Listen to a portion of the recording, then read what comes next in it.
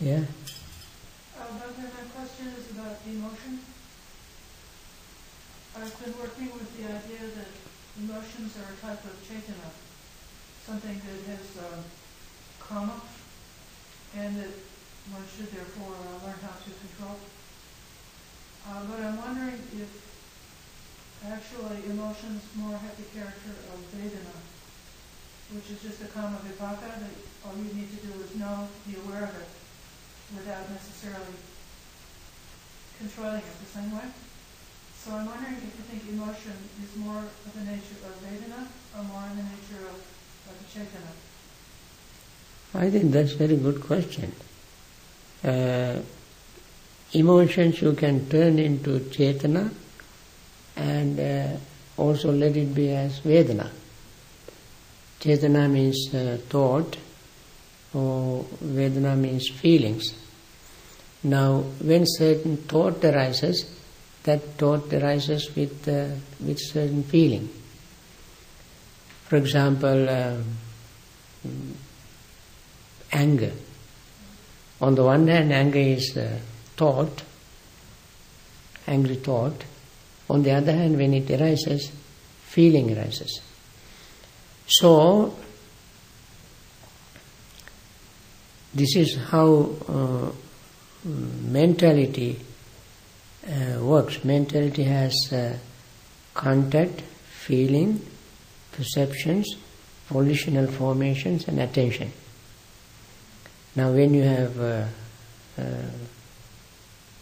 anger, along with anger you have anger arises because mind contact with mental object, some kind of mental object that happens in the past, happening now or something. So there is a contact. Certainly when there is a contact, feeling arises. And you recognize it, there is a perception. And this very anger itself is a thought, angry thought. And then you pay attention to it. If you don't pay any attention to certain mental state, it never is felt. So these 5 things must come together always when something happens. That is what is called mentality.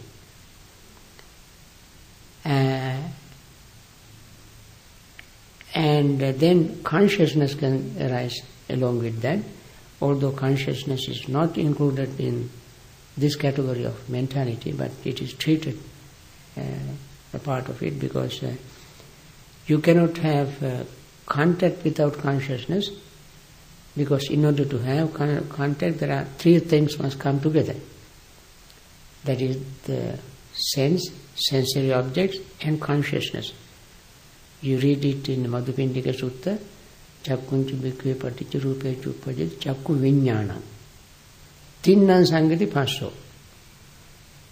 Eyes, visual objects, and consciousness come together, there arises contact. These 3 things coming together is called contact. So when we say contact, consciousness is there. What you call mental objects, visual or mental objects is there, senses are there. So you don't know the contact if you don't have feelings.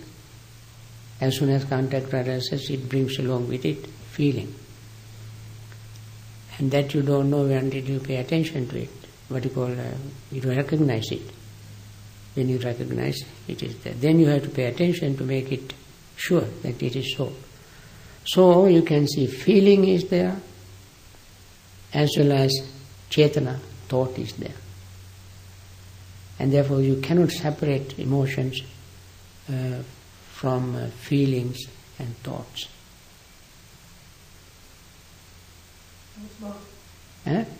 Both. Both, yeah. But you didn't answer one part of the question. Which part? Whether it is karma.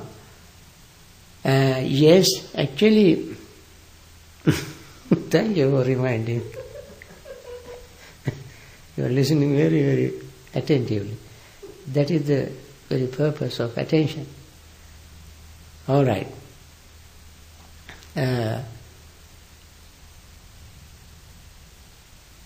It can be a karma result, not karma. For it to be a karma, 5 things must be completed. No, that is another formula. That formula doesn't work here. But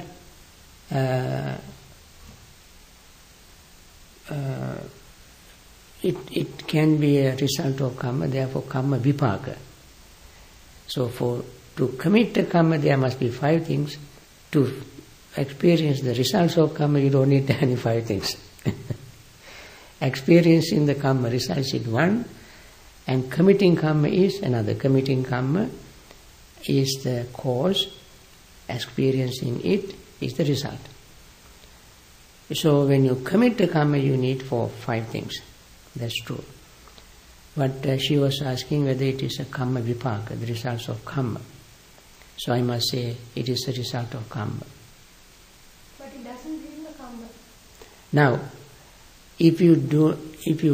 depending on how you act on it, if you let it go, paying attention to it and understanding the 5 things that you read in Vitakka Sandhana Sutta, what are the 5 things? You divert your attention to something else. Next thing is you feel disadvantage, adinava. And third thing, you go to the root of it, to get rid of it. Fourth is you remove it with using the opposite of it. And fifth thing is press your tongue against the upper palate and remove it just like a strong man holding weaker person and grab him and shake him here and there, throw it like that. You use your effort. So these 5 methods we have to use to get rid of it. If we get rid of it, then you don't allow it to turn into karma. But if you work on it, act on it unmindfully, you may utter harsh words, you may perpetuate more harsh words, harsh thoughts. Perpetuating harsh thoughts is called papancha. That's what we find in Madhupindika Sutta. Tato nidanam purisam papanya sanya sanka samudacharanti atinagata pachuppannesu manovinyeshu dhammesu. Then in this case, the anger is the manovinyeshu dhammesu. That means, depending on this, tato nidana, depending on this, the person will be engrossed in perpetuating, in continuing ripples of thought, according to the past, present, future, visual, mental object, in this case mental object. So, if you get angry with somebody, all of a sudden anger arises, then you think, he was such and such. Yesterday also he did that. Last week also he did that. Week before last also he said that. And last month he said that. Circumstances were so silly, he didn't have to do that. And so forth, you keep building regarding the past event. Then you come to this moment here. I didn't do anything to him. So he triggered my anger. Why you want to do this? He's a nasty fellow. And so forth and so on. He's always like this. He's a very mean fellow and so forth. And then you think, tomorrow also he will do that. Day after tomorrow also he will do that. And so forth, you keep building up. This kind of endless accumulation of sankhara is called conceptual proliferation. As you know, in I think biology you learn proliferation. When a little tiny cell is conceived, the cell keeps multiplying at the rate of 100,000 times a minute, at the beginning. That is called proliferation. So our thought keeps proliferating, building up, collecting a lot of ripples of thoughts. And if you let that happen, there you are committing karma. Ask a follow-up question? Yeah? I'm positive that an emotion prepares the body and mind to take some action. So if you see a repulsive thing and there's this emotion of disgust, then it makes the mind ready and the body ready to do something about it, and the face, the expression of it's preparing for action. So then, but you're saying it's still, unless you actually take the bait and do some kind of action, it's only a karma vipaka, and you have not committed any karma. Yes, that is why we need mindfulness. Mindfulness is the buffer to prevent this sort of things happening.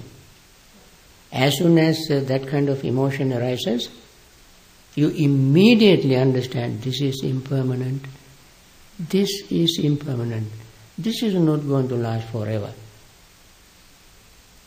And while saying that in your mind, you look at that emotion, not just repeating the word. While repeating the word, telling yourself, look at that particular emotion, and actually as you are watching, taking deep breath and looking at it and breathing out deeply, looking at it, you will see it is disappearing. So mindfulness comes in to rescue us from letting us getting carried away with the karmic path, what you call karma patha, karmic path. Yeah. I think that's a very good question for us to remember. How we use our mindfulness to guard our senses and stop our karma commitment, unwholesome karma commitment. On the other hand, if it is something wholesome, emotion arises. Then we use the mindfulness again to cultivate it, develop it, make more effort and remember how it happened, and you determine this is what is called uppannānaṁ kusalanam dhammanam bhiyo asammosāya bhiyo bhāve pullāya bhavanāya pārikurya chandam janiti vāyamati viryam ārabhati cittam paggannāti padāti. That we recite every day in our Vandana book. So mindfulness immediately comes to give additional support to perpetuate, increase that wholesome mental state. So mindfulness works in both ways. One is to buffer negative things, and the other to encourage us to do the wholesome thing. Yeah. I have a question about five aggregates, like form and consciousness, perception and sensation, and then mental formation. How do we practice mental formation or sankhara? The order form we can see, everyone to practice can see the nature of changing and suffering, and maybe not so, but how can one practice with mental formation or sankhara? To see the three, the nature of the three, so one can be purified from the Actually, yes, the five aggregates, let me repeat for you to remember better. Form, normally it goes in this order: form, feeling, perceptions, volitional formations and consciousness. Volitional formations is sankhara. Volitional formations in that context is called sankhara. Now, sankhara is what is we are committing right now. Now we are committing sankhara, wholesome sankhara. That means we discuss Dhamma and we use a lot of thinking, and these thoughts are called volitional formations. Thoughts that we are expressing now are volitional formations. Anytime we use words with intention, if we do anything with intention, if we think anything with intention, that thoughts, words and deeds committed intentionally is called sankhara. But there are sankharas which are not intentional thoughts, words and deeds. For example, this bell is a sankhara, this tree column is sankhara, this house is sankhara, everything around us is sankhara. But we have no any participation in those sankharas volitionally. Sankhara in the five aggregates refers only to things that we intentionally commit. Only to those things that we intentionally commit. There are certain other sankharas within ourselves which are not intentional, like physical activities, breathing in and out. We breathe in and out not with particular intention, but it's automatically happening. Even those things are called sankhara. But in the five aggregate, sankhara means only those activities we commit intentionally, because they are the ones that perpetuate the rest of the things. Depending on sankhara, it arises volitional form, what you call consciousness. So consciousness arises from the volitional formations. So in the five aggregates, whenever we use the word fire in the five aggregates, the sankhara or volitional formations are the same. Volitional formations in English, sankhara is in Pali. So it simply means any thoughts, words, deed we commit intentionally. It can be wholesome or it can be unwholesome. Now we are committing wholesome sankhara. So we don't have, because I think I heard somewhere in the sutta, the Buddha said that if one can see the three nature of the five aggregate, one will be free from suffering. So like even they say sankhara, like just a volitional formation. So we don't have to try to see it impermanent nature or the rest of the children. We only try to see the all of four. But the sankhara, we cannot see the nature of the changing or dukkha or anatta. Yes, we can see. We can see sankhara is changing. As you hear these words, you also hear the change, and it is impermanent. You can see that, you can hear the change of sankhara in these words. If you listen very carefully, you hear the words appearing and disappearing. Sound of these words appearing, and then when I stop talking, disappears. Sound is impermanent. This is how we see sankhara, impermanence of sankhara. And unsatisfactoriness also is there, because when we like some sounds, some words, but while we are liking it, those words, those sounds fades away and disappear. That makes us disappointed, unhappy. And also these sounds we hear don't have any particular substance to make it otherwise to stop it changing. And therefore it is selfless.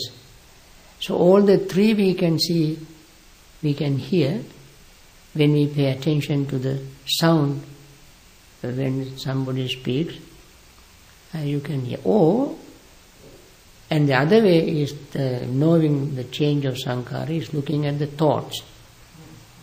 When you pay attention to your thoughts, thought doesn't stay static the same way. It slowly fades away. The new thought arises, after a while it goes away. And next thought arises, that also goes away. So these thoughts also are changing extremely at a high speed, and therefore we experience the impermanence. And if thoughts happen to be pleasant, we like them, and therefore when they fade away, we feel disappointed. And since there is nothing to stop this fading away, we know that these thoughts don't have permanent self.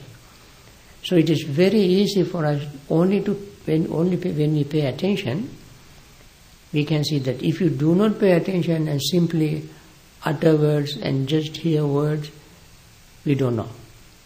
The key to understand this is to pay total undivided attention. Then we can see that.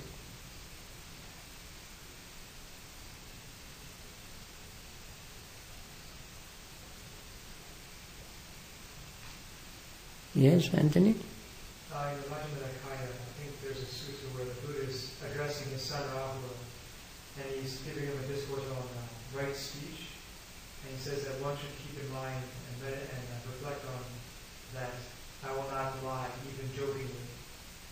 Now, how should we take this, and how can we integrate it into our practice? Does that include the sarcasm that's so prevalent in American humor? Exactly, even that is included in there.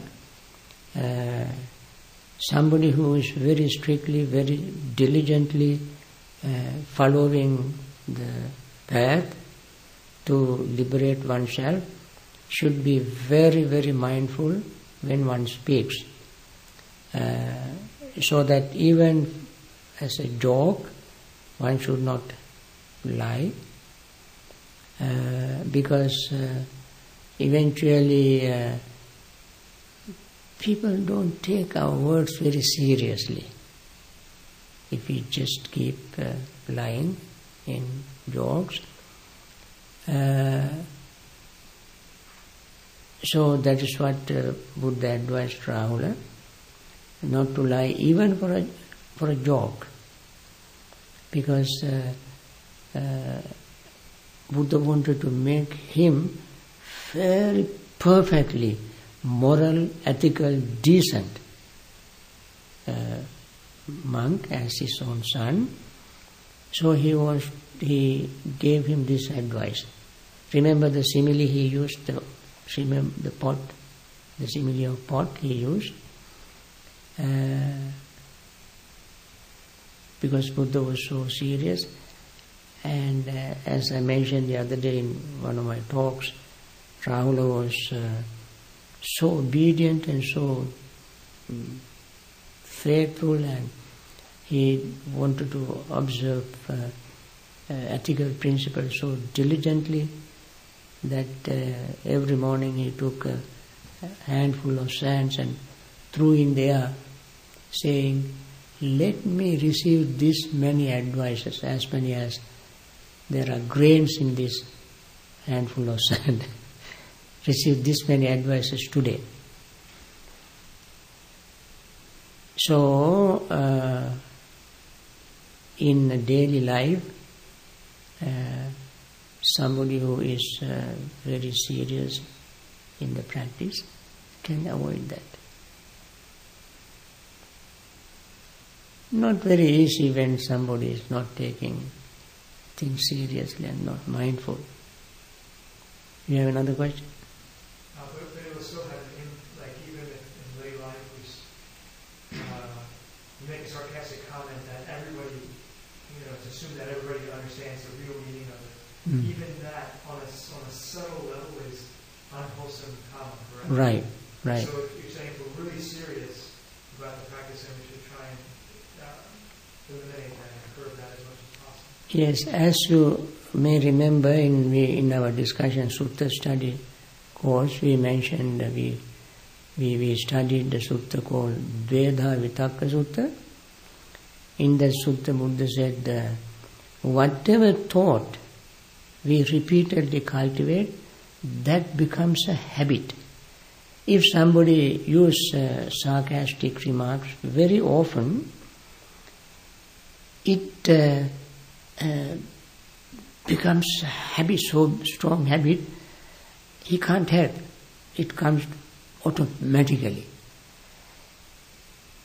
At the right place, wrong place, in front of people, in a society, any time that can come out of his mouth. Because the habit has already formed, established. So what we are doing by cultivating this kind of habits is cultivating to be unmindful. So by not cultivating this habit, we cultivate mindfulness. That means we check our mind very quickly with mindfulness, and as soon as this thought arises in our mind, we say, no, I'm not going to gain anything by saying this, nor do I lose anything by not saying this. So we abstain from it. Yeah? But what happens if the purpose or the intention is not to lie, but to cheer somebody up, to make some people happy? Because like scientific nowadays they say that when one smiles, there's a lot of benefit to it. Sometimes we are not happy, we just inside we just try to make ourselves happy physically by smiling. If the purpose is not to lie, I think, in my opinion, that's all right. I think it is all right to have a very smiley face. Nothing wrong with that. And also, you don't smile sarcastically. You are honest and sincere. So, actually you are doing very good things for the other person. Yes, the purpose is good. Yeah, and you also feel very good, because when you smile, the other person also smiles, and you feel very comfortable and you are relaxed. It's a very good thing. Sure. Yeah.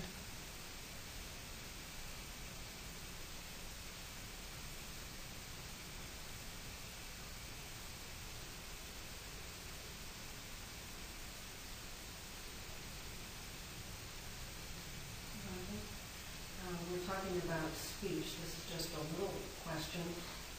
Many times in the text, I see where the Buddha is invited to go to someone's house for dana, or the meal, and he seems to always consent silently. Is there any particular reason that he does that? I think that's a good point too.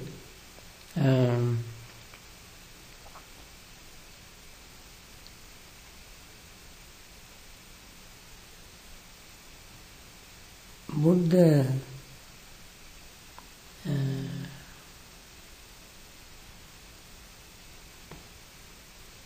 perhaps shook his head. I think that's very calm, relaxed, peaceful response, without showing any excitement. And if somebody invite for dana, oh yes, sure, I will come. That shows little, enthusiasm, excitement. Only when Buddha wanted to refuse it, he opened his mouth and said, tomorrow I have already accepted an invitation. Then he says, then only he talks. Otherwise he quietly, without showing any emotions, excitement, It's a very, very, dignified way of accepting invitation. People know that, so they know Buddha.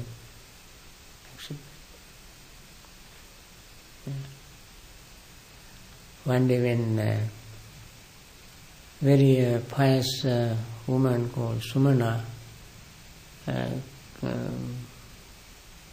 King, what do you call this, Anathapindika's daughter, married to a non-Buddhist, and they were Jain followers, and they invited Jains.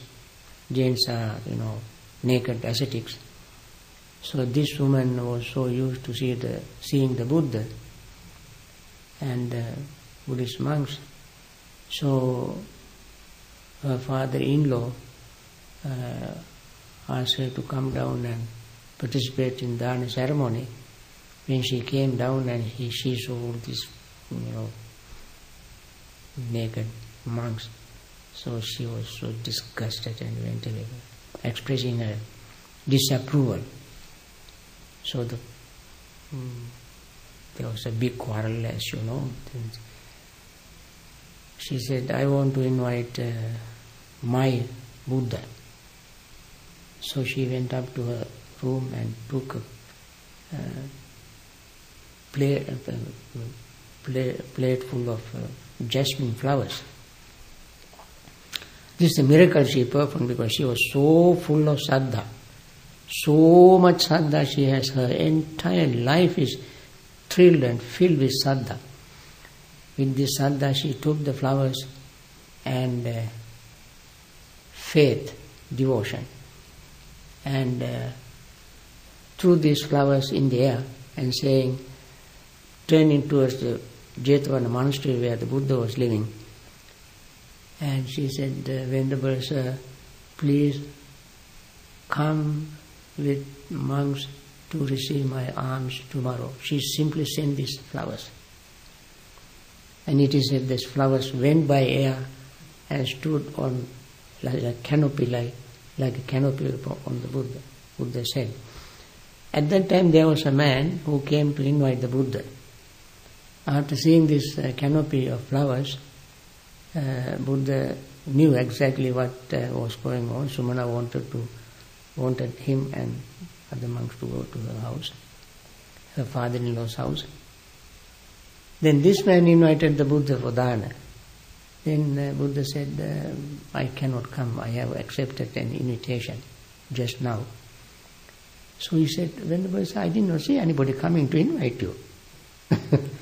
Then Buddha said, can you see these flowers? That is the invitation I got from so and so. That time he spoke to refuse the invitation. Like that, when you accept it in silence.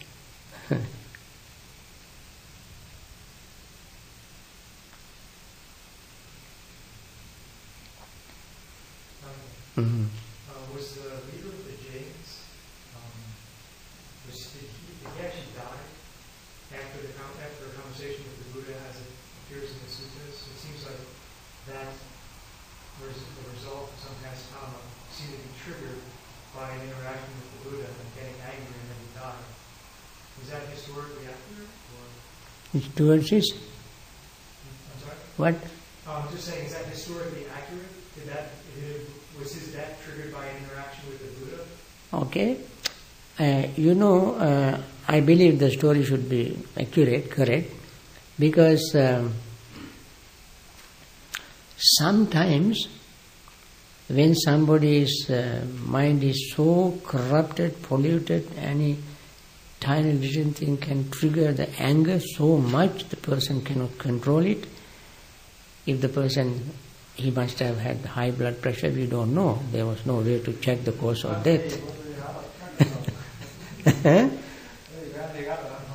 Yeah, there's no way to check his cause of death.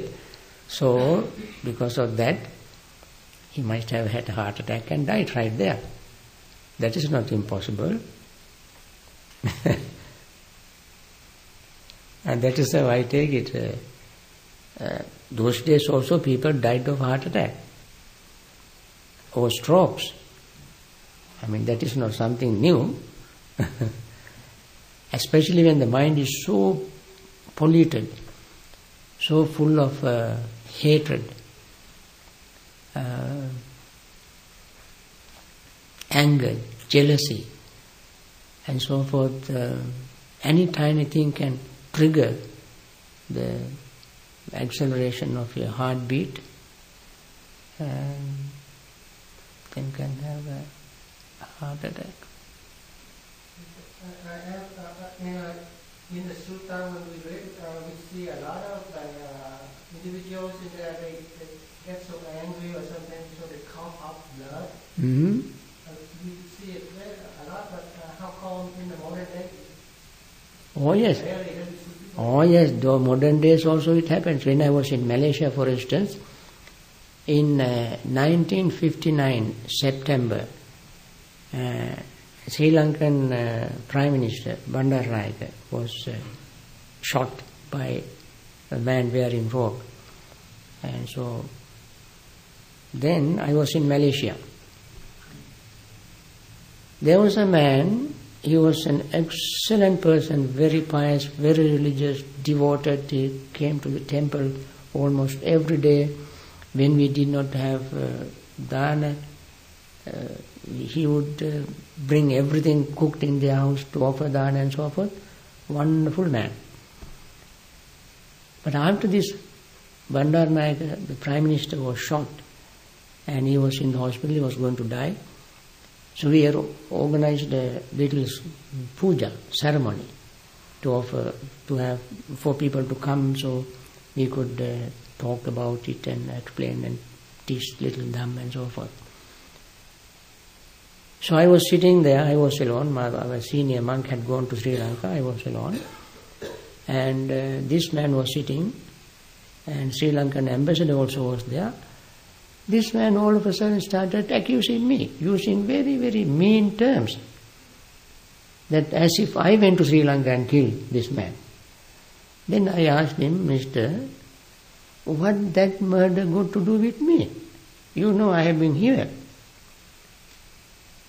Then this man got even more furious, more angry. Then ambassador intervened and said, his name is Mr. Albert, this is very silly. I mean, you don't have to get that much upset about something that happened in Sri Lanka. This one was here all the time. Somehow this ceremony was over. He went home. I received a telephone call from his relatives saying that he was throwing up blood and he had diarrhea and high temperature. You know, it happens. So I immediately went to his house and he was lying on his bed without even turning to me. But I went there and said, Mr. Albert, I came to chant some sutras. Turn this way, I want to administer the precepts. He even did not want to turn. So anyway, I gave the precept, I chanted sutras, 3 sutras, Gunaratana, Karaniya, and took his hand and tied the thread on his hand. See, he was so angry with me, but I didn't care. So I did this all, came back, next day he was okay. Then next day he came to apologize to me. Anyway, this is a story I know from my own personal experience. This happens to people sometimes, even today. You think maybe because of the illness or whatever you had might have triggered off these Could be. angry thoughts rather than the other way around. I mean, sometimes it could happen that the person is really, maybe gotten physically ill or having a fever already, that could have triggered off irrational anger towards you, because otherwise you may have been a good person. Right. Very tiny thing is enough to trigger that, to aggravate his sickness and get emotional. Sure.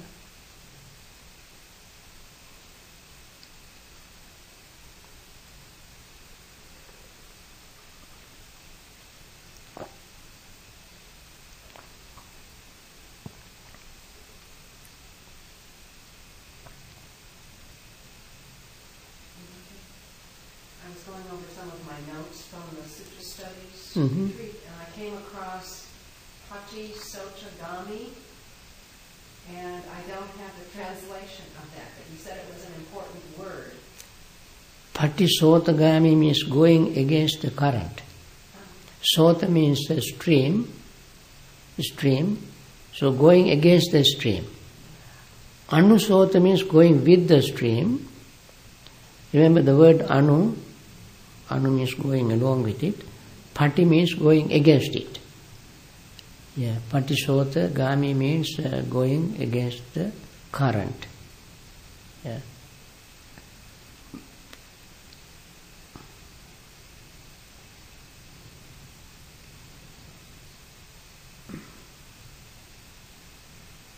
Any other question?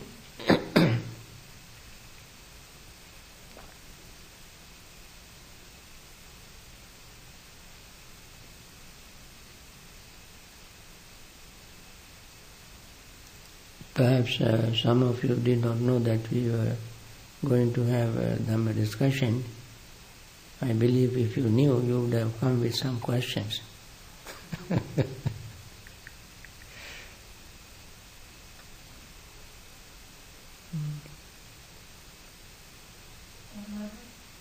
If Niganta was such a nasty, evil, wicked-minded person, how did the Jains come to be known as peaceful people?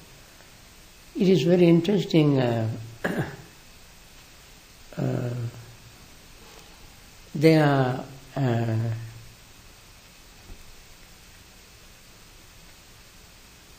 teaching and their behavior don't agree.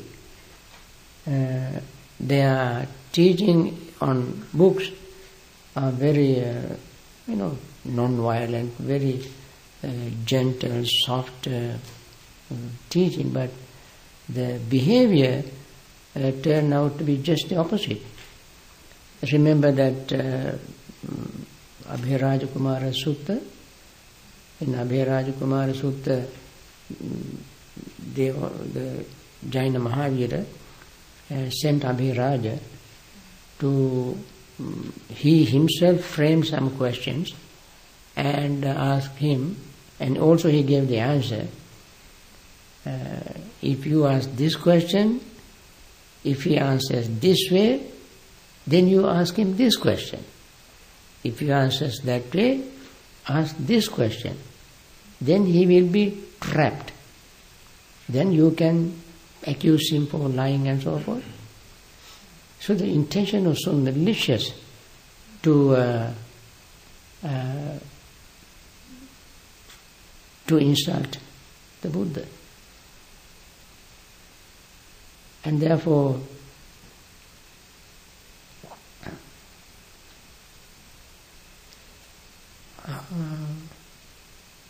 the teaching is one thing. Putting the teaching into practice is quite another. He never met the Buddha. Huh? He never met the Buddha. No, he never met. Maybe because he was afraid. He was what? Afraid. Afraid, yes.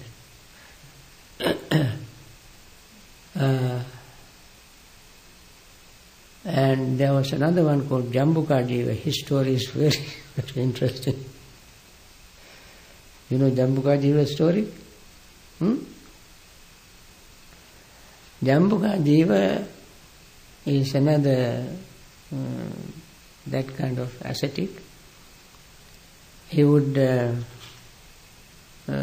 make like a swing-like thing and put one leg on the swing and the other leg down all the way and always. So if somebody asks, why don't you put both feet down? I don't want to put both feet down because this earth cannot bear me up because I'm so powerful, so holy. Earth will crumble if I put both feet down. So, and he remains his mouth open because he wanted to tell people that he was eating just by air, just eating air. if people bring a very deliciously prepared food to offer him, he would take a blade of grass and dip it in and put in his mouth and say, enough, go away. That's all he ate. So he created a big, reputation for living so holy that he doesn't wear any clothes, he doesn't eat any food, he doesn't even put both feet on the ground, and so forth. There were people, some naughty people, they watched him. At night, this fellow went into open sewer and ate human excrement. And one day, when Sunakata was walking following the Buddha, and he saw this Jambuka Jiva Kora Katya. He saw him and he was gazing at him. So Buddha asked Sunakata,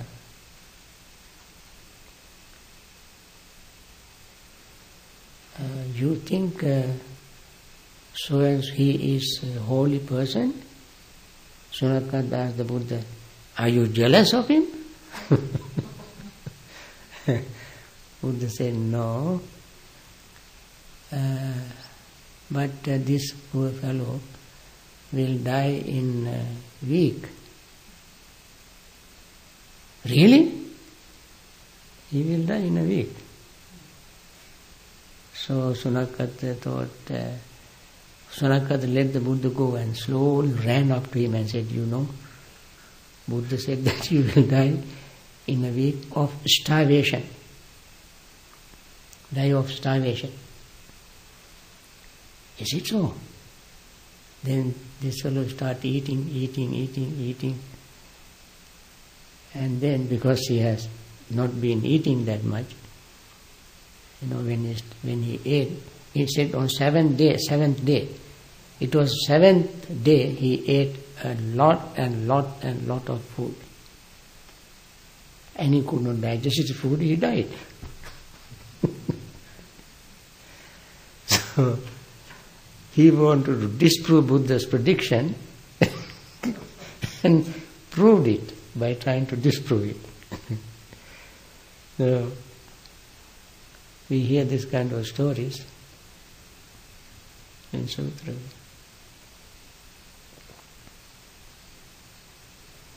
That sounds kind of weird. Weird stories, yes. No, but it sounds strange because this person ate because of what the Buddha said. This person ate all this food and died from that, whereas if the Buddha hadn't said those words, this person probably wouldn't have eaten the food. So you could almost say the Buddha caused this person to die or something. I mean, you could think that. I think he might have died of E. coli. He was going to die if he was eating human excrement. I think 7 days either way. The same accusation is made against the Buddha, isn't it? Because Ajasattva about the Sapta Paryamida. Yeah. There the rituals were vanquished later. Because had Buddha not said that?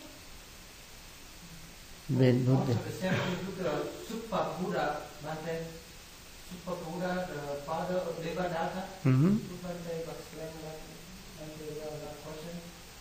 Because the Buddha also predicts that the father of Devadatta will die within 7 days or so. So he tried to do things like that to disapprove the world of the Buddha. So somehow he died anyway. So like Bhante said, we can explain the reason. I don't know, when Buddha said something, it will never become otherwise. Like when Devadatta was coming to see the Buddha, and from the time he started leaving his home, time he left home, people came and told, Devadatta is coming to see the Buddha. Buddha said, well, he cannot see me.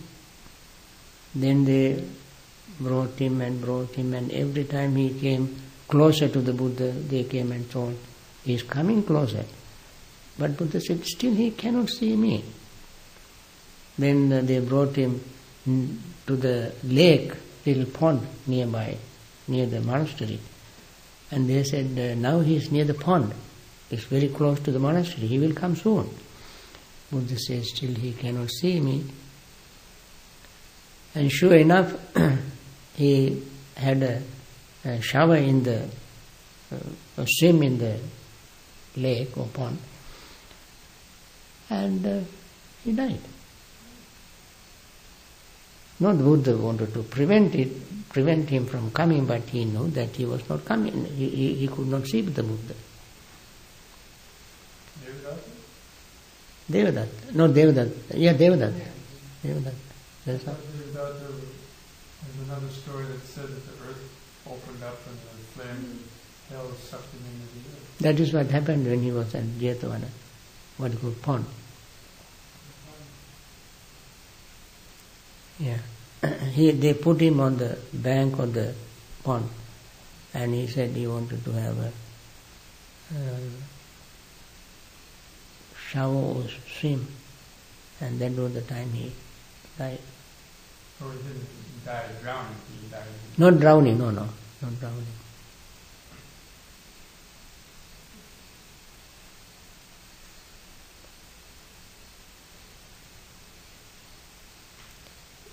When somebody conceives a certain wrong notion, so the person finds anything to support it. So Devadatta thought Buddha was jealous of his family. Buddha hated his family. So whatever Buddha did, he interpreted to mean to substantiate his belief. So he continued building up hatred towards the Buddha.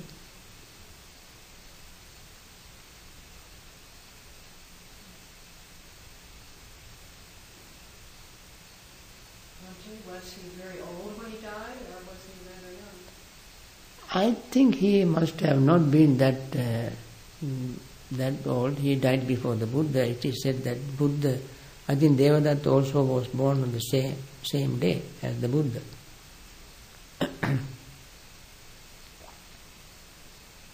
So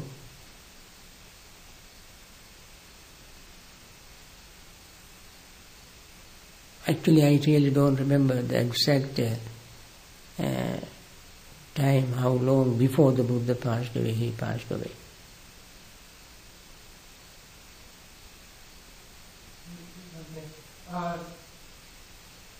Like, is it okay to use like unskillful means to accomplish like maybe wholesome goal? For example, using ball, stealing or lying, like some of our Buddhist schools, they make up some sutta and say, oh, because I have heard, and say that this is the Buddha said. And that is lying, but they want to teach something. So is it good? No. We are not supposed to use any unwholesome means to achieve wholesome end, wholesome results. Is it possible? No, impossible. Unwholesome means leads to unwholesome results. And if you say, for instance, you use unwholesome means to support your parents, you support your parents, but you acquire a lot of unwholesome karma. So by supporting your parents, you will have some good karma, but gaining means to support the parents is very, very unwholesome. So you acquire two types of karmas there by committing unwholesome things to acquire things illegally. You commit unwholesome karma. But using those illegally acquired things, you support your parents. Supporting parents is a good thing, but the merit you gain by supporting parents will not be as great as if you acquire the means in the right way.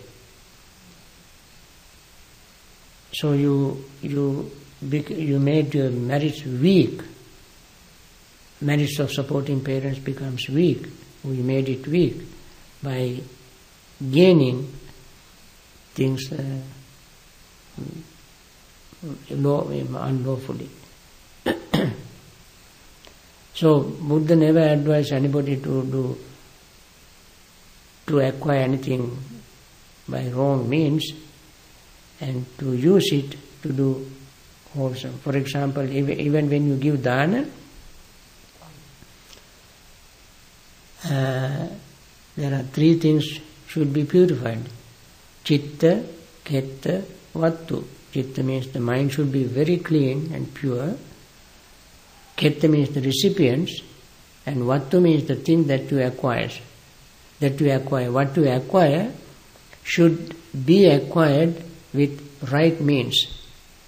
Otherwise, the dana results is not strong. Okay.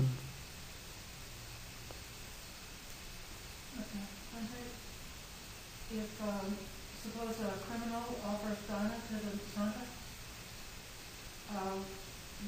we are allowed to accept it. Or No. we should accept it, even though the person giving is a criminal and we think they might have gotten it by bad means. We don't know whether the whether the person is criminal or not. In the first place, if you know that he is a criminal, and if the person has stolen something from somebody and wants to give us, if you know that, we should not accept it. If a criminal stole food from a store and somebody has come to us and reported, so and so stole such and such a food, tomorrow you will get for dana.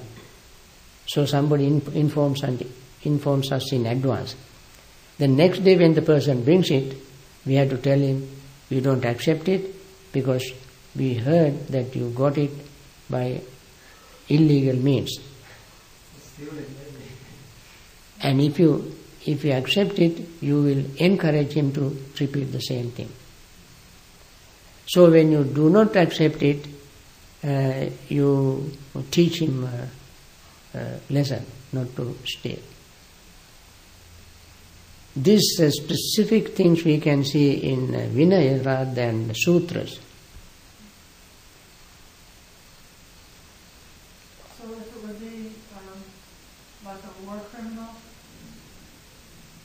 or like in countries where the government is very bad, but they give a lot of things to the Sangha, even though the government is hurting the people.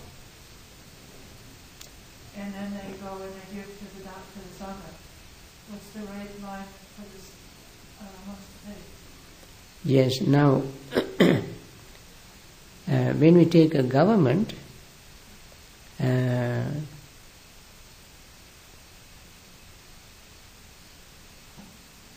leader, government is just a non-personal entity, a leader.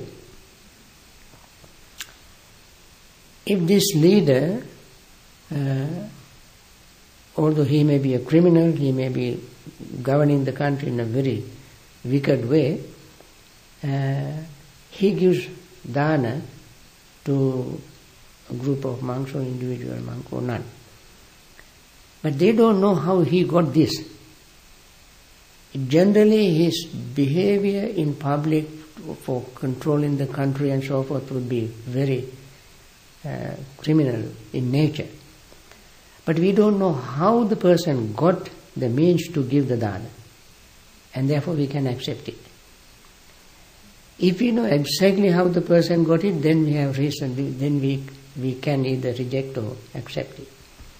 Like in some places when they know that they are,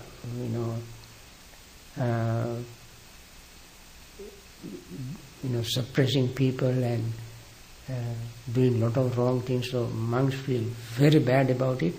In order to teach him a lesson, they go to in front of their house and it turns up more upside down. That is called, you can do that. Monastic can do that to lay people. If the monastic know clearly that this lay person has done something very, very wrong. This is called Patta Nikkujaniya Kamma. Yeah, that's what I meant. I thought I read in the Vichuddhivada that was done when they commit some offense against the Sangha. That was specifically if they insult the Sangha or do some specific harm to the Sangha. But as far as the other part of the behavior, I didn't think I heard about using that method. Right. Just to make some opinion about their other morality besides what they did to the Sangha. Right. And that's what I said, if you know that he has committed something, I did not mention specifically Sangha, that is the correct way. He has to offend the Sangha for the Sangha to do, refuse it. In situation that you mentioned, they have committed offences against the Sangha. That's why they did that. Could the Sangha not be offended by someone's behavior towards other people? Not specifically with them, but towards other people. If they are not ordained people, the Sangha has responsibility to advise the ruler not to do that.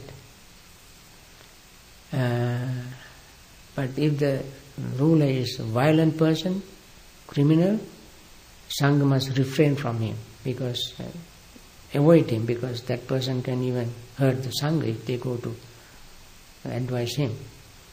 So if that ruler is a member of the support of the Sangha community and there is some relationship with them, and then Sangha has responsibility to advise him not to commit something. If he is totally stranger, it is, and also known for his criminal activities, it's better to stay away from that. That is what even in Sabbhasava Sutta we studied by parivajjana.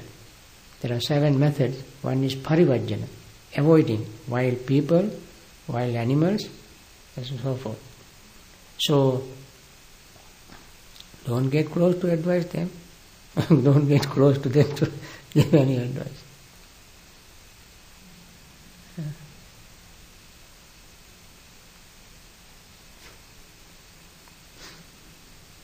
Yeah.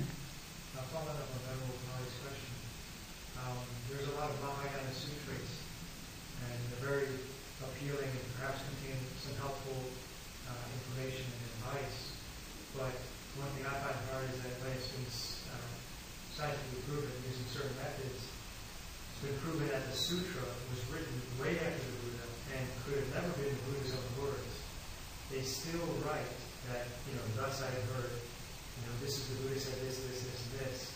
Now the monks, the compilers of these sutras, assuming that they're ordained monastics, that is an outright lie, right? And therefore, should we really continue reading these sutras and use them as a source of information?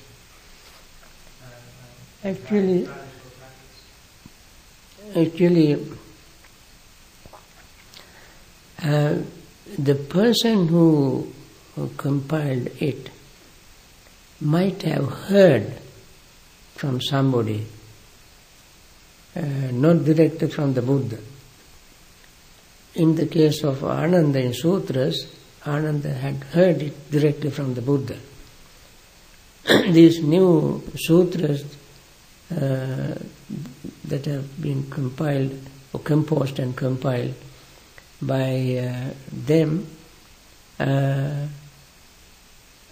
don't say that, if they say that they have heard it from the Buddha, that is an outright lie. If they don't say that they have heard it from so-and-so Subhuti or some other person, then we have no reason to believe that they have heard it. Only if they say that they have heard it from the Buddha, then we have reason to disbelieve what they say. And I actually don't remember exact wording to comment on them very precisely, but we have to check that. And also if somebody says, as we read in the Chanki Sutta, if somebody says, this is my belief, to that extent that person preserves the truth. If the person says, this is my belief and this is the truth, everything else is wrong, the person is accountable for lying and accountable for not preserving the truth.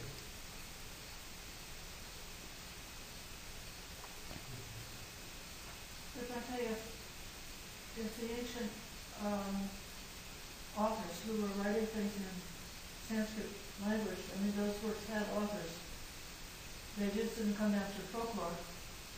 And I think those people would have believed that the Buddha was like existing in heaven or some kind of thing like that, and that they had some type of visionary experience where, like, the Buddha came to them in a dream and told them all of this, and then they write it down as an inspired writing. It's a completely different system. It's like they're not really saying that they think that Gautama Buddha, who lived at that specific time, was the one who said it. They're saying that some kind of spiritual person relayed this to them in a vision. They're just using the name Buddha, but they've changed the meaning of Buddha. Yes, in some sutras they say that there was certain type of Buddha, there were so many thousands of arahants together with that Buddha, and so forth. These are, I believe, not dreams, but this is a folk tales.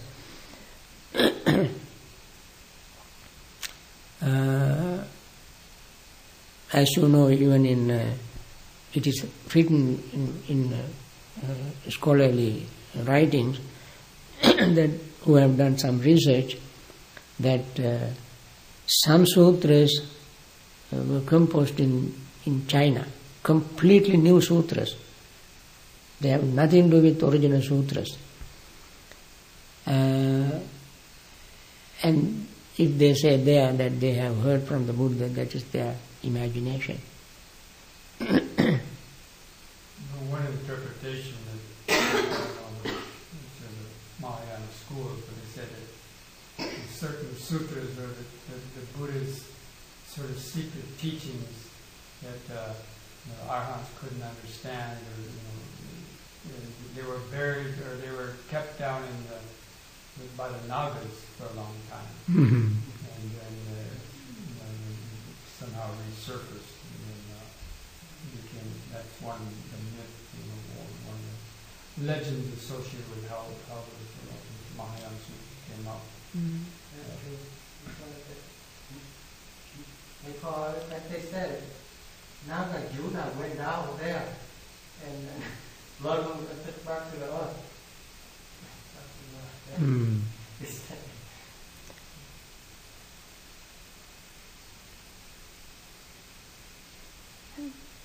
So according to Theravada Buddhism, Buddha did not keep any secret.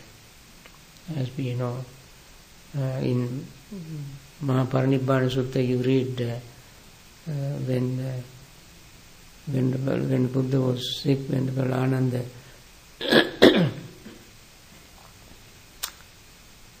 first felt very sad, and when the Buddha recovered, Ananda went to the Buddha and said, Venerable Sir, I was so sad when I saw you sick. Now I am so glad that you are well. And when I saw you sick, I was so confused, I could not see the sun and moon and everything was dark for me. I thought world had come to an end.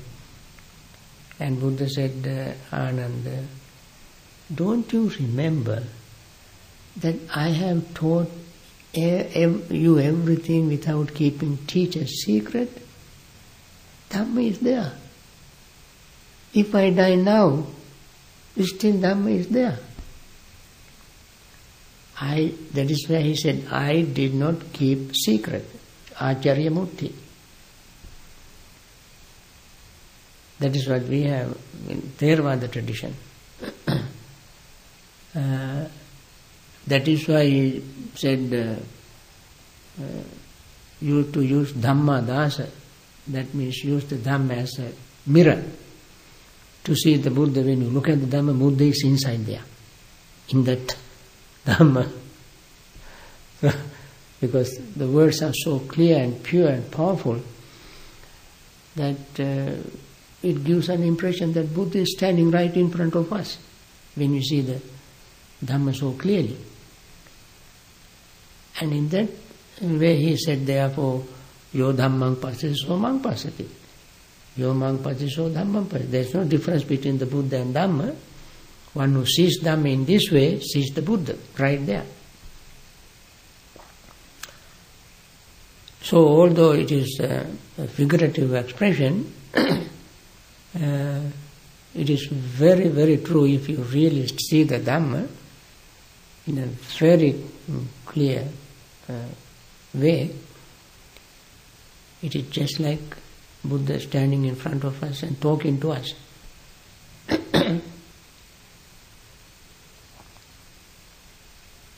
But in other later suttas that people have composed, you cannot get that kind of impression. That message you cannot get there. They may use all kind of flowery language,